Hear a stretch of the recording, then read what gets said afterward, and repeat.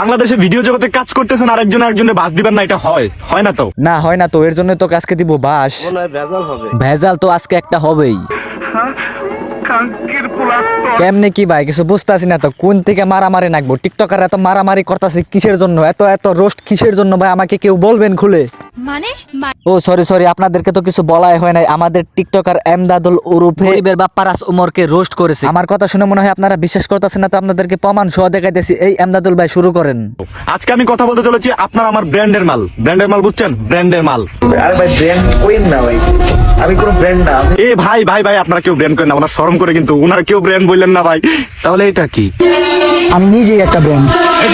দেখলেন তো, আপনারা বিশ্বাস করলেন না, আপনাদেরকে প্রমাণ সহ দিয়ে দিলাম।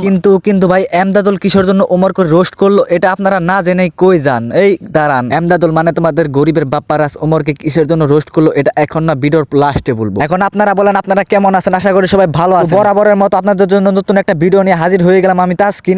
চলেন আজারা বকবক বাদ দিয়ে ভিডিও শুরু করা যাক।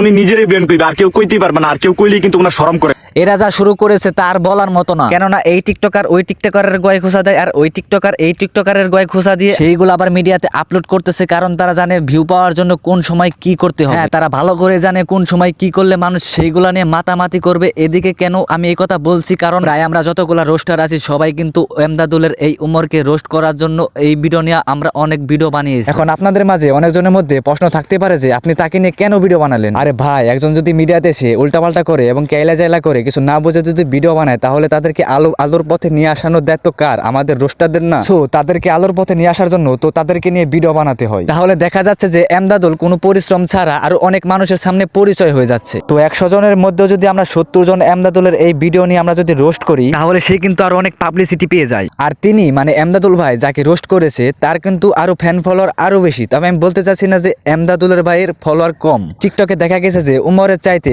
ফলোয়ারের সংখ্যা হয়েছে এমদাদুলের বেশি। তো সেই আন্দাজে আপনারা বলতে পারেন যে উমরের ফ্যান ফলোয়ারের সংখ্যা তাহলে কিভাবে বেশি হয়? এদিকে দেখা গেছে যে ফেসবুক পেজে বা ইউটিউবে এমদাদুলের চাইতে উমরের ফ্যান ফলোয়ারের সংখ্যা অনেক বেশি। আর আপনারা লক্ষ্য করে দেখবেন যে এমদাদুলের চাইতে উমরের ভিডিওতে ভিউয়ের সংখ্যা কিন্তু বেশি। আর তার ইউটিউবে ফানি ভিডিওর ভিউ দেখলে আপনার মাথা ঘুরে যাবে। সো আপনারা মনে হয় বুঝতে পারছেন টিকটকাররা কিভাবে পাবলিসিটি কামায়। ভিডিও আপলোড করে ইউটিউব চ্যানেলে, সেই ভিডিওগুলো কিন্তু অনেক ভাইরাল হয়। কিন্তু ওই ভিডিওগুলো ছিল Indian content creator, Indian funny content creator round to hell.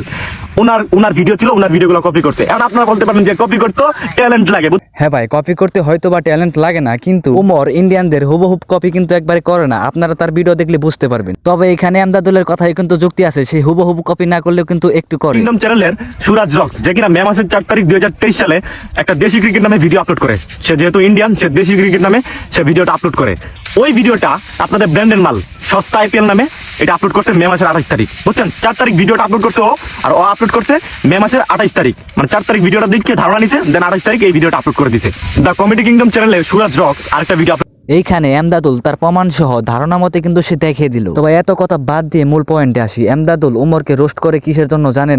Last যে 2টা ভিডিও টিকটক নিয়ে বানাইছে আপনাদের ব্র্যান্ডের মাল, টিকটকাররা একদম ছোট এমন বাজেভাবে দেখছে, জানেন ভাই? হ্যাঁ ভাই, উমর ফানি ভিডিওর নাম করে তার লাস্ট 2টা ভিডিওতে এমন পসাইছে টিকটকারদের। সে ফানি ভিডিওর নাম করে টিকটকারদের নতুন পদ্ধতিতে যে রোস্ট করতেছে, এইটা এমদাদুল সইতে না পারে, তাই উমরকে রোস্ট করলো এমদাদুল। এইটাই হয়েছে মূল কারণ এমদাদুল উমরকে রোস্ট করার জন্য। আমার মনে হয় ঘটনা সত্য।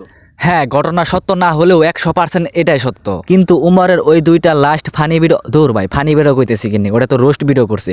ওই 2টা রোস্ট ভিডিওর কারণে কিন্তু এমদাদুল উমরকে রোস্ট করেছে। তবে এমদাদুল গরিবের বাপ্পারাস, তোকে বলতাছি যে তুই যার সাথে লাগতে গেছ তার সাথে কিন্তু তুই নিজেও পারবি না, এটা তুই নিজেও জানোস। তোর প্ল্যাটফর্মের থেকে কিন্তু উমরের প্ল্যাটফর্ম অনেকটাই বড়, এটা তুই নিজেও জানোস। তো উমরের সাথে না লাগে তোর মতো তুই ভিডিও বানা, ওর মতো অতি ভিডিও বানা। আর আজারা ভাইরাস ছড়ায় না, টিকটকের সমাজটা যেরকম ছিল ওইরকমই থাকতে দাও। তো গাইস, ভিডিওটা এই পর্যন্ত। ভিডিও কেমন লাগলো কমেন্ট করো, ভালো লাগলে লাইক করো, পেজ হলে ফলো করো, চ্যানেল হলে সাবস্ক্রাইব।